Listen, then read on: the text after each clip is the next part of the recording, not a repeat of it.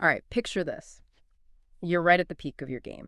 Maybe on the range, could be a big competition, or maybe even a really high stakes defensive situation. Everything's dialed in, your technique, it feels flawless.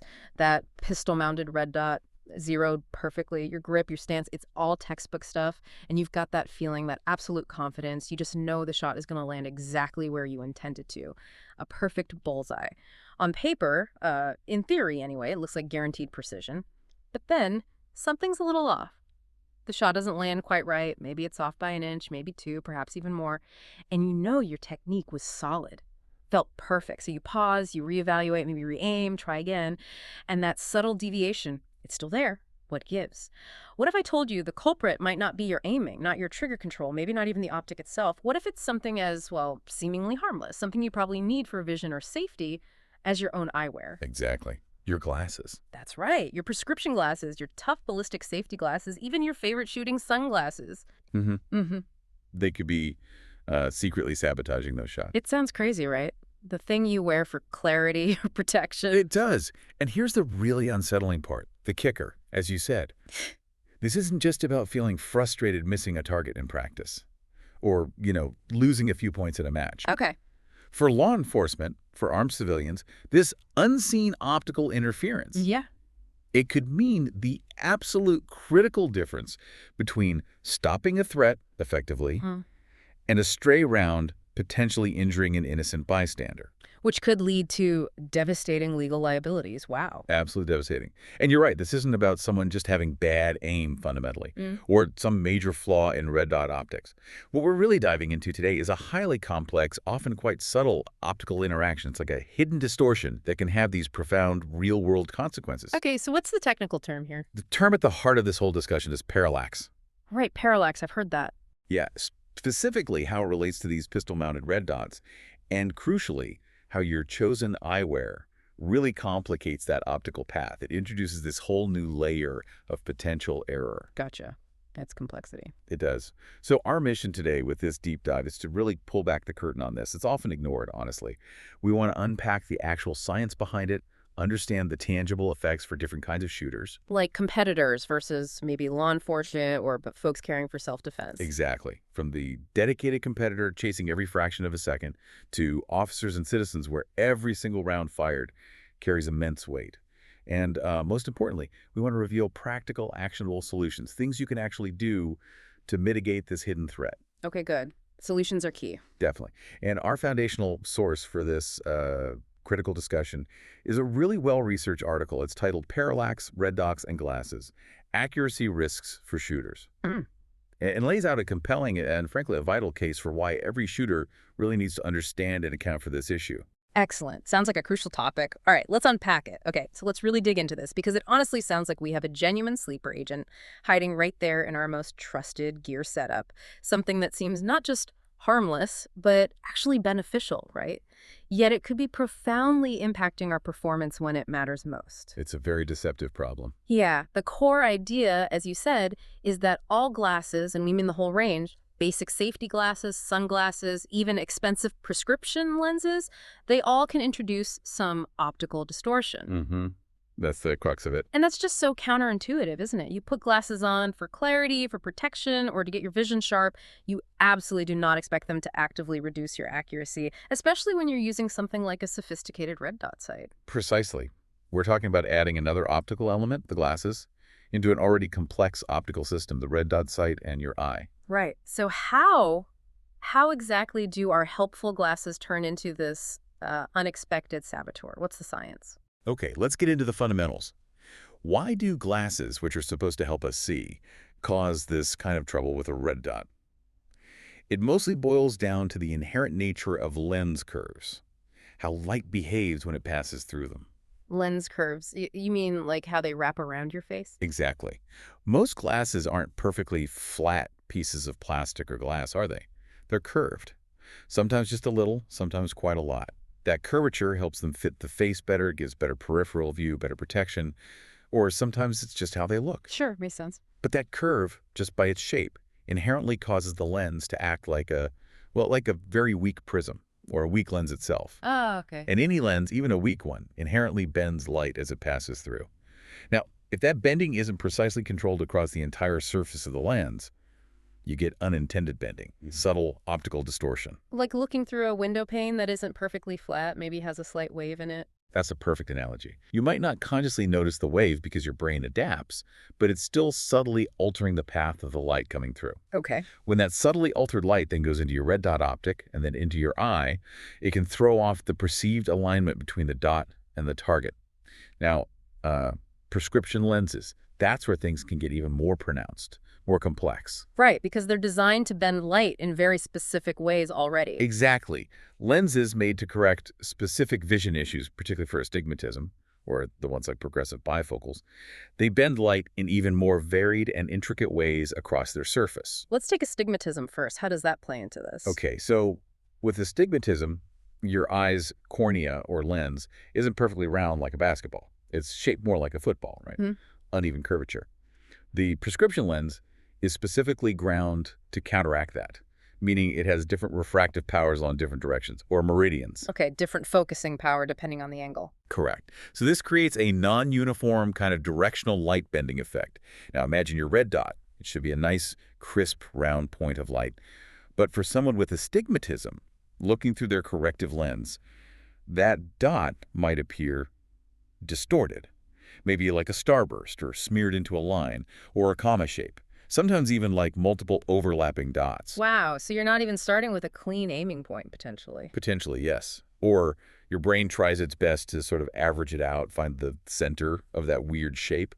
But when that distorted dot is viewed through a lens that itself bends light differently across its surface, achieving a truly consistent and accurate line of sight gets exponentially harder. You might aim with what looks like the center, but the actual light path means the impact is somewhere else. That's the risk. The perceived alignment doesn't match the actual optical path. And progressive lenses, the ones, without the lines for bifocals. Yeah, progressives are incredibly complex pieces of optics. They have that gradual change in lens power, right? Usually the top part is for distance vision, the middle for intermediate, and the bottom for near or reading vision. Smooth transitions. Very convenient. Very convenient. But they present a challenge with red dots. Think about it. When you're acquiring a target or tracking it, you naturally shift your head or eyes slightly, even tiny movements.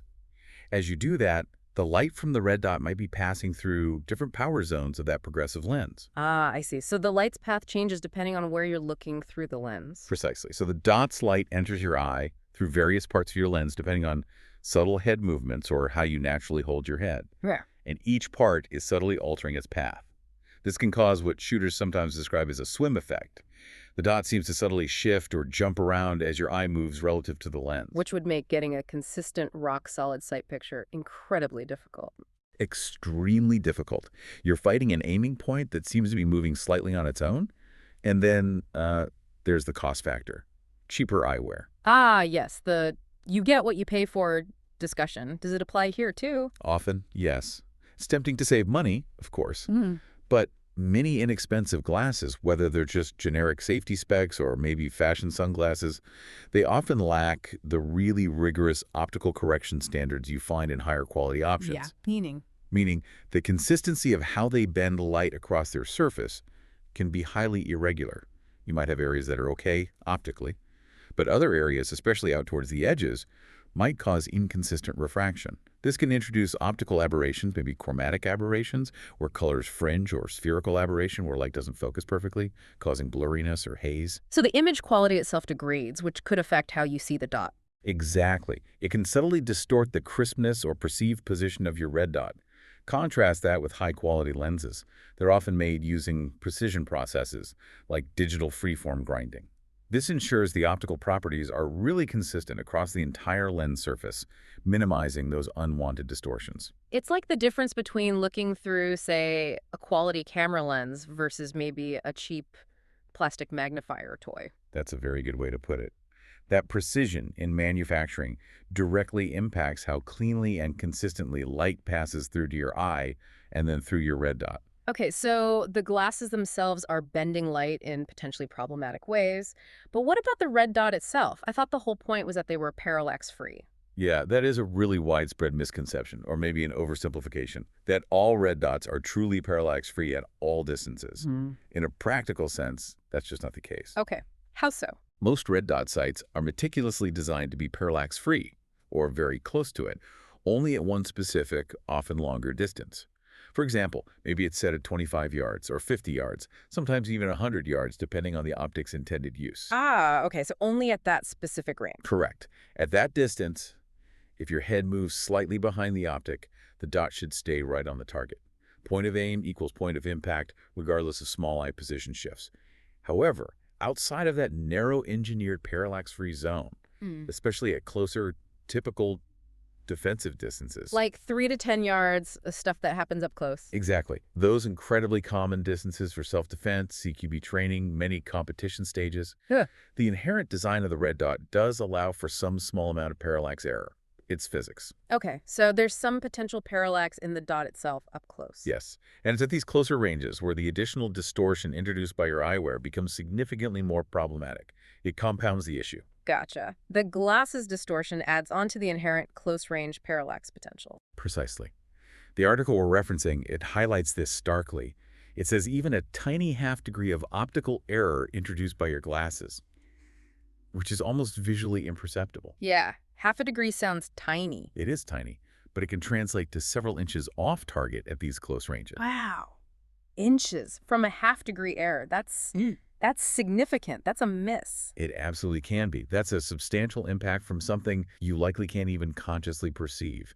And maybe the most insidious part of this whole thing, what we can call the deceptive alignment. Deceptive alignment. What do you mean by that? It means your eyewear, through its subtle light bending and maybe inherent optical flaws, can make the red dot appear to be perfectly aligned with your target. Even when your actual line of sight, the true path the bullet will take, is subtly but significantly skewed. Okay, walk me through that again. Think back to that wavy window analogy.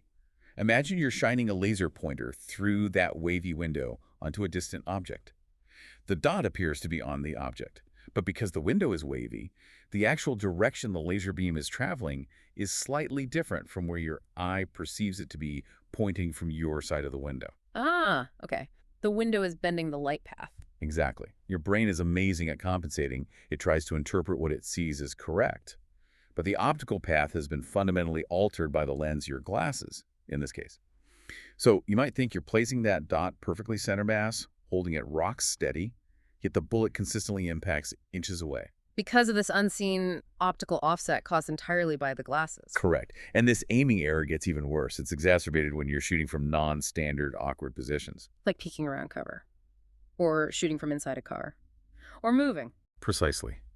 In those dynamic situations, your head and eye position are constantly shifting relative to the lens of your glasses and relative to the red dot window. Each slight shift can introduce a new, slightly different optical distortion through a different part of your lens, making consistent point of impact incredibly difficult to maintain without being aware of this phenomenon and actively mitigating it. That's fascinating and honestly truly unnerving. So what you're describing is this incredibly subtle optical illusion, almost invisible to the naked eye, where our own corrective or protective eyewear is basically playing tricks on our vision. But let's connect the dots here. How does that tiny half-degree skew, that seemingly insignificant optical error you mentioned, translate into real, tangible misses on target? We're talking real-world accuracy, not just optics theory. Right. If you're consistently off by even an inch or two, at, say, 7 yards, a common defensive distance, just because your glasses are subtly distorting your sight picture, that's not just frustrating. That has immediate, serious implications. It absolutely does. And as you highlighted, this distortion isn't necessarily a fixed error. It gets worse. It compounds when you're shooting from those awkward angles, maybe around a barricade or from inside a vehicle, or especially while moving, because your eye's position relative to the lens and the dot is always changing, right? And each change can introduce a new, slightly different distortion. Makes consistent aiming almost impossible if you don't know this is happening. That's exactly right. It's a dynamic problem. So can you give us a sense of the scale? What are the real-world stakes for different types of shooters? Precisely. It's not static. It's dynamic and compounds under pressure. And that dynamic nature leads us directly into those real-world stakes. Yeah. The implications go way beyond just putting holes in paper accurately. Okay. Let's shift from the theory of distortion to the critical, sometimes life-altering consequences for different groups. Let's start with competitive shooters. For them, this seemingly small optical error, it can literally be the difference between standing on the podium or, just being another competitor, and also ran. Because inches matter hugely in competition. Hugely. We're not talking about missing the target entirely, usually. We're talking about dropping those perfect, high-scoring A-zone hits by crucial inches, nudging them into the lower-scoring C-zone, or maybe even the D-zone. Ouch. In matches decided by tiny margins. Exactly. Where wins are determined by fractions of a second, millimeter precision, Right. an inch or two off target. That costs you valuable points on a single stage, and that accumulates quickly over a whole match into a significant deficit. You could shoot a stage perfectly, feel great about it. Feel like every shot was dead center, only to see your score is lower than you expected because your hits are consistently just outside that A zone. And think about the time penalty, too. Makeup shots. Ah, right. You see, your first shot wasn't quite an A, so you fire again. Exactly. You see, the bullet hole isn't quite where you wanted it, so you fire another round to guarantee the points or neutralize the target according to the rules. That adds precious, often critical seconds to your stage time. And in sports, where speed is just as important as accuracy? Those added seconds are penalties you just cannot afford if you want to be competitive. It leads to immense frustration I can imagine. because the shooter knows their fundamentals are sound, their grip is good, trigger pull smooth, follow through solid, yet they're getting these seemingly inexplicable missed shots or just slightly off-center hits. They start blaming themselves. Maybe the optic is loose, maybe the ammo. Right. They go down rabbit holes trying to fix their technique or equipment when the real hidden culprit might just be their glasses interacting with the dot in this subtle way. This cycle of self-doubt, these uncorrected errors. It can lead to a real performance drop. You lose confidence. It's that ultimate facepalm moment in a match, isn't it? You felt the perfect break, the dot was solid on the A zone, and bam, you see a C zone hit. Precisely. The immediate reaction is fire again, but that half second, maybe more, is gone. Possibly along with your chance at winning. It messes with your head game, too. Okay, so frustrating, potentially costly for competitors, but the stakes, they just skyrocket when we talk about law enforcement officers or armed civilians using red dots for defense. They rise exponentially, become profoundly serious. For these individuals, a shot intended for center mass, meant to stop an immediate lethal threat, could, because of this eyewear-induced parallax effect, strike high, low, or wide of the intended point of impact. And we're not talking about paper targets or match points anymore. Not at all. We're talking about the critical difference between effectively incapacitating an active threat or, in the absolute worst-case scenario, having that round impact somewhere unintended. Yeah. With potentially tragic results. And that leads us directly to the graver risk. Yeah. Stray rounds injuring innocent bystanders. Yeah. Think about the environments where these encounters might happen. A shopping mall, a public park, maybe even a home defense situation where family members are in other rooms, maybe behind interior walls. A round that deviates by just a few inches from its intended path. It could strike a non-combatant. It could pass through a wall and injure someone you couldn't even see. The consequences are just unimaginable. Devastating. Yeah. Irreversible. This isn't just some abstract statistical risk. It's a profound moral and crucially legal responsibility. And this brings us to the most vital, the absolute most critical takeaway for anyone carrying a firearm, especially with the red dot and glasses. Cool. Legal and ethical liability. Accountability. Total accountability. If a stray round injures, or heaven forbid, kills an innocent person due to an optical error you were unaware of or hadn't accounted for, you are immediately exposed to significant civil lawsuits. Think wrongful death claims, negligence claims, potentially life-ruining financial judgments, and just as seriously, potential criminal charges, ranging from things like assault with a deadly weapon up to involuntary manslaughter, depending on the circumstances and jurisdiction. Even if your intent was correct and your technique felt perfect. Correct. It's a harsh reality, an unforgiving one. But every single round fired from the instant it leaves your barrel is the shooter's absolute unwavering responsibility. Full stop. And that makes understanding potential equipment interactions like this absolutely critical. It does. It's poignant because you might have followed every training protocol, adhered to every rule of engagement, felt your technique was flawless. Yet this subtle gear interaction could still lead to a disastrous outcome you didn't foresee. And let me elaborate on this vital point. The negligence argument in court. This is serious, often inescapable. Okay. In the aftermath of an incident involving a stray round, prosecutors, plaintiffs' attorneys, they're going to scrutinize every single tiny aspect of what happened. They leave no stone unturned. And let me be absolutely unequivocally clear on this.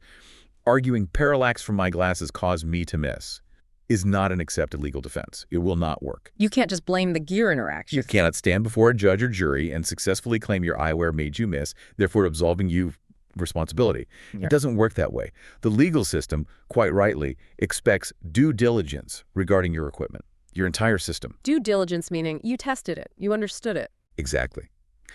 If it can be demonstrated that a shooter failed to adequately test their gear, failed to understand and correct for the nuances of their equipment, and that includes how their specific eyewear interacts with their specific red dot, that failure can be, and likely will be, framed as negligence. And negligence has huge consequences. Devastating consequences. Massive financial penalties in civil court that could bankrupt you and your family. Potential incarceration resulting from criminal charges. It's an unforgiving standard.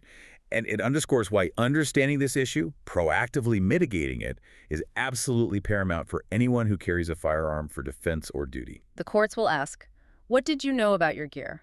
What steps did you take to ensure accuracy? Did you do your homework? Precisely. Lack of documentation, lack of testing records, using untested gear combinations. It could all be used against you to build that negligence case. So let's bring that home.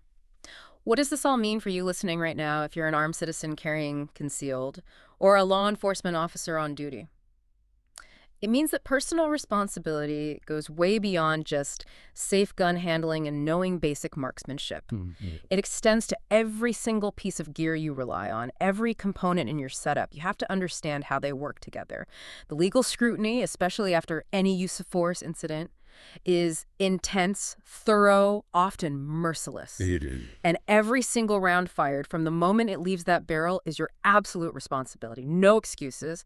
And as was just highlighted so clearly, ignorance about how your equipment might be subtly undermining your accuracy, that's not a defense. In fact, it will likely be viewed as negligence, with potentially life-altering consequences for you, your career, your family. That's the hard truth. So this isn't just about hitting the target better. It's about protecting yourself, protecting innocent lives, and also safeguarding your own future from a legal system that expects you to know your tools inside and out. Okay, this raises an incredibly important question then. If this is such a pervasive, kind of hidden problem, one that can have these severe consequences, how can shooters protect themselves? What are the practical, actionable steps we can actually take to make sure our eyewear isn't secretly working against us? It sounds like getting quality eyewear is maybe the first line of defense. But surely there's more to it than just buying expensive glasses. Absolutely. You've hit on the core of the solution path. There are definite, concrete, actionable steps every shooter can and absolutely should take. It involves both meticulous eyewear selection and specific, proactive training protocols. And you're right, quality eyewear is that critical first step. It forms the foundation for optical clarity. Okay, so when you're selecting glasses, especially for shooting, the importance of choosing products that meet specific ballistic rated standards, that cannot be overstated. You mentioned ANSI Z87.1 and MIL-PRF. Yes. ANSI Z87.1 is a widely recognized standard for safety eyewear. MIL-PRF standards are typically even more stringent, used for military applications. And why are those ratings important beyond just stopping impacts? Because these aren't just arbitrary numbers or just about impact resistance. These standards include rigorous testing for optical clarity as well. They specifically test for things like minimal refractive power, meaning they don't magnify or minify things improperly, minimal astigmatism, reducing blur or distortion, and consistent prismatic power, minimizing image displacement. Ah, so they're actually designed and tested not to introduce significant optical distortion. Exactly. They're engineered to minimize those subtle distortions we've been talking about, while still offering that crucial impact protection. Generic safety glasses, or maybe some fashion sunglasses, even if they look tough, often don't meet these strict optical benchmarks, meaning they could be introducing those subtle distortions even if they physically protect your eyes. Materials like polycarbonate are good for impact, but the optical design matters just as much. Precisely. High-quality manufacturing ensures the optical properties remain excellent across the lens. Now, for those who wear prescription lenses, this is particularly vital. You really need to consider investing in high-quality prescription lenses, ideally tailored for shooting, if possible. What does that mean, talking to your optometrist? Yes. Ideally, seek out optometrists and lens manufacturers known for their precision, maybe even specializing in sports optics. You want lenses specifically designed with minimal peripheral distortion. Look for advanced technologies like aspheric or toric lens designs or digitally surfaced freeform lenses. Fancy terms. What do they do? Basically, these technologies help ensure that the lens's corrective power remains consistent across its entire surface, especially out towards the edges. This minimizes that swim effect or blurriness that can really interfere with your red dot sight picture when your eye isn't looking perfectly through the optical center. So it avoids the issues you get with cheaper, maybe poorly ground lenses that have inconsistent optics. Exactly. The precision in how the curves are ground, how the optical centers are aligned, it makes a huge difference in how consistently light travels through them to your eye and then through your red dot. So it's an investment not just in clear vision, but in accuracy and safety. And potentially your legal defense, yes. Don't hesitate to discuss your shooting activities with your eye doctor. They might recommend specific lens coatings too, like anti-reflective layers to reduce glare or hydrophobic coatings to shed water. Similarly, for sunglasses, don't just grab any tinted pair off the gas station rack for range day. Use shooting-specific sunglasses. Ideally, yes. These are designed with optically correct lenses, meaning they're manufactured specifically to reduce distortion, whereas generic tinted eyewear, especially cheaper pairs, might introduce distortions that compromise your sight picture without you realizing it. And they often have other features too, right? Many do. Beyond just being optically correct, you find things like specialized polarized lenses engineered to cut glare without distorting or blacking out your red dot sight, which some regular polarized lenses can actually do. Or photochromic lenses that automatically adjust their tint based on the light conditions, great for moving between bright sun and shade on the range.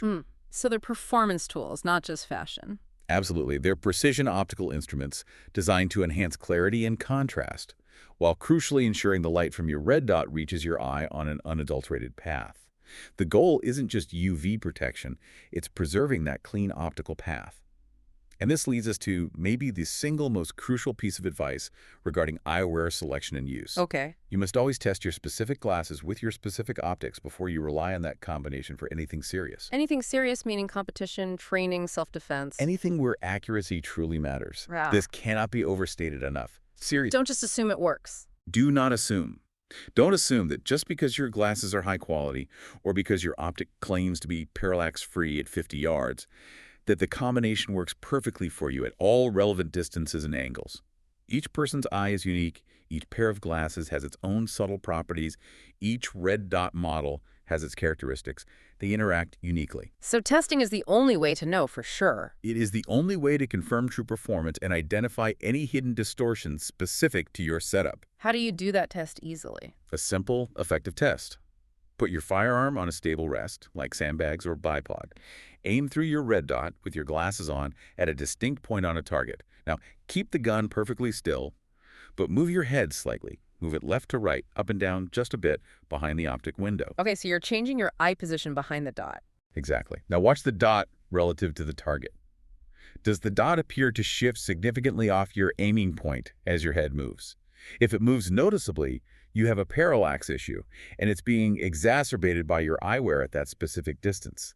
You're looking for the dot to remain stable on the aiming point despite small head movements. Got it. A practical way to check for the problem yourself. Okay, so you've selected good eyewear, you've tested it. Now what? Mitigation through training. Proactive, disciplined training protocols are essential. All right, what protocols? The first one, incredibly important, fundamental. Always zero your red dot sight while wearing the specific glasses you intend to use when shooting. Don't zero it bare-eyed or with your reading glasses, then switch to your shooting glasses later. Absolutely not. That's a classic mistake. If you zero without your glasses on and then you put your shooting glasses on later, any distortion introduced by those glasses will immediately shift your point of impact away from your zero. Makes sense. By zeroing with the exact eyewear you'll actually use, you account for any inherent baseline distortion right from the start. You essentially bake that optical path into your zero. So when you see the dot on target through those glasses, the bullet should actually go there based on that specific setup. Smart. It's foundational. Next up, multi-distance testing. This needs to be a regular part of your training, not a one-time thing. Okay. Not just zeroing at one distance. Definitely not. You need to meticulously test your specific optic and glasses combination at various relevant distances, especially those common to defensive scenarios. The source article specifically highlights testing at 3 yards, 7 yards, and 15 yards. Why those particular distances? Because they represent very common, close to mid-range engagement distances where even small aiming errors can have immediate and significant consequences. At 3 yards, you might think parallax is negligible, but the interaction with your eyewear can still cause surprising shifts, maybe only an inch, but still a shift. At 7 yards, maybe a more typical defensive distance for many encounters, those shifts can become even more pronounced. And by 15 yards, any minor optical error introduced by the glasses can easily translate into several inches of deviation from your intended point of impact. That could be a complete miss on a vital zone. So how do you test this? Just shoot groups? Yes. Set up targets at each of those distances, 3, 7, 15 yards. Use a consistent aiming point for all shots. Shoot multiple groups, say 5-shot groups are good, at each distance. Then meticulously document it. Note down any point of impact shifts you observe between the distances. Does your group center shift high at 7 yards compared to 3? Does it shift left at 15? So you build a clear picture of your specific setup's performance envelope. You know where the potential discrepancies are? Exactly. You identify your own optical sweet spots and maybe distortion zones for that particular gun optic glasses combination. Furthermore, your training needs to incorporate varied dynamic positions. It's absolutely essential to truly uncover and address this eyewear-induced parallax potential. Meaning get off of the static firing line. Get off the static line. It's not enough to just shoot from a comfortable upright standing position on a square range all the time. Stress the importance of training from unconventional positions. Practice shooting around vehicles, using barricades for cover or concealment, shooting from kneeling or prone, and especially while moving. Because those are more realistic scenarios where this issue might actually bite you. Precisely. These dynamic, real-world type scenarios are exactly where eyewear distortion is most likely to compound and become a problem. When your head and eye position are constantly shifting relative to the lens, and you're looking through different parts of your glasses, any optical imperfections will be revealed. Like leaning into a barricade forces you to tilt your head. Right. Changing the angle light passes through your lens. Shooting from kneeling or prone changes your head angle relative to the optic. Moving while trying to engage a target constantly changes the alignment of your eye, your eyewear, and your optic. Training in these conditions helps you understand where the problem might be most pronounced for you, allowing you to adapt your technique, maybe choose different eyewear for certain tasks, or seek a more comprehensive correction if needed. It forces you to actually deal with the visual processing challenge under more realistic stress. It builds that practical skill. And one last crucial point, particularly for law enforcement agencies and professional trainers. Okay. There's a vital need to document these testing protocols for all personnel using red dots and eyewear. Document the testing, the zeroing, the multi-distance checks. Why? It's not just good training practice, it's a critical legal safeguard. Back to the liability aspect. Exactly. Documenting that specific eyewear was tested with specific optics for each individual officer or trainee. Documenting that multi-distance testing was conducted and what the results were. Documenting that personnel were trained from very dynamic positions. All of this can serve as crucial evidence in court should an incident occur. How so? It demonstrates due diligence. It shows the agency or the trainer meticulously considered potential equipment issues, including these subtle ones related to eyewear and optics, and implemented rigorous protocols to mitigate them. This proactive, documented approach can significantly protect officers, agencies, or even armed citizens legally. Yeah. It clearly shows that the training and equipment considerations were thorough, responsible, and accounted for potential issues that might affect a critical shot. It provides a demonstrable record of preparedness, essentially. Precisely that. It's hard to argue negligence if there's clear documentation of systematic testing and training designed to address these very issues. That is incredibly thorough and genuinely practical advice. It really underscores the point that this isn't about, blaming your gear or getting paralyzed by the complex details of optical physics. Right. It's really about empowering yourself with knowledge, understanding those nuances, being acutely aware of how all your equipment interacts as an entire system, and then adapting your training, adapting your equipment choices accordingly. The goal here seems really clear and compelling. Eliminate the avoidable optical distortion, mitigate any unavoidable interactions through practice, and just ensure that when you press that trigger in a truly critical moment, your bullet goes exactly where you intended it to go. every single time. That's the objective. It's really about taking full responsibility for every variable that's actually within your control. Okay, so to kind of bring this all together as we wrap up this deep dive, we've explored a really often overlooked, yet potentially profoundly impactful factor in shooting accuracy. That factor is how your seemingly harmless glasses, whether they're ballistic safety specs, your everyday sunglasses, or complex prescription lenses, can actually introduce significant parallax errors when you pair them with red dot optics. A hidden variable. And this optical distortion, it doesn't just affect your ability to put rounds precisely on target. It carries these profound real-world implications, from costing you precious seconds and points in the unforgiving arena of competitive shooting Yeah. to, much more critically, potentially exposing you to severe civil and even criminal liability in a real-world defensive scenario if a round goes astray and hits an unintended target. The stakes are incredibly high. The core solution, though, as we've thoroughly unpacked here, seems to hinge on two really non-negotiable pillars. First, making that deliberate investment in quality, optically correct eyewear that meets those rigorous ballistic and optical standards we discussed. Foundational. And second, implementing specific, deliberate, and ideally documented training protocols, Absolutely crucial. which means, critically, zeroing your red dot with the exact glasses you'll actually use when shooting. Meticulously testing your whole setup at those key defensive distances like 3, 7, and 15 yards to truly understand its performance envelope. Know your holds or offsets at different ranges. Right. And consistently training in dynamic, varied, real-world type positions. It's all about proactive preparedness, isn't it? Not waiting for a problem and then trying to reactively fix it. It's about taking every reasonable measure to ensure your equipment supports rather than subtly hinders your intended precision. You know, if we kind of connect this specific deep dive to the bigger picture for a moment. Yeah. This whole discussion, it really highlights a fundamental truth about knowledge, about true preparedness in any field, really. It's not about just reaching some static skill level and then stopping there thinking you're done. Learning is continuous. It's about continuous improvement, absolutely. It's about critical awareness and having that ongoing willingness to scrutinize every variable in your setup, in your process.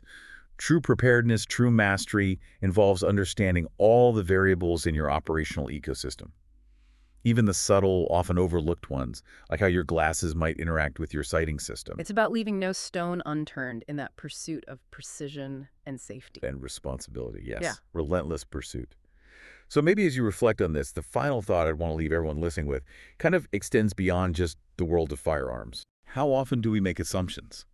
Assumptions that our equipment, our tools, our systems, maybe even our understanding, is working perfectly just in isolation, without truly considering the full ecosystem, without thinking about how all the components might subtly interact with each other, creating unforeseen consequences down the line. Huh.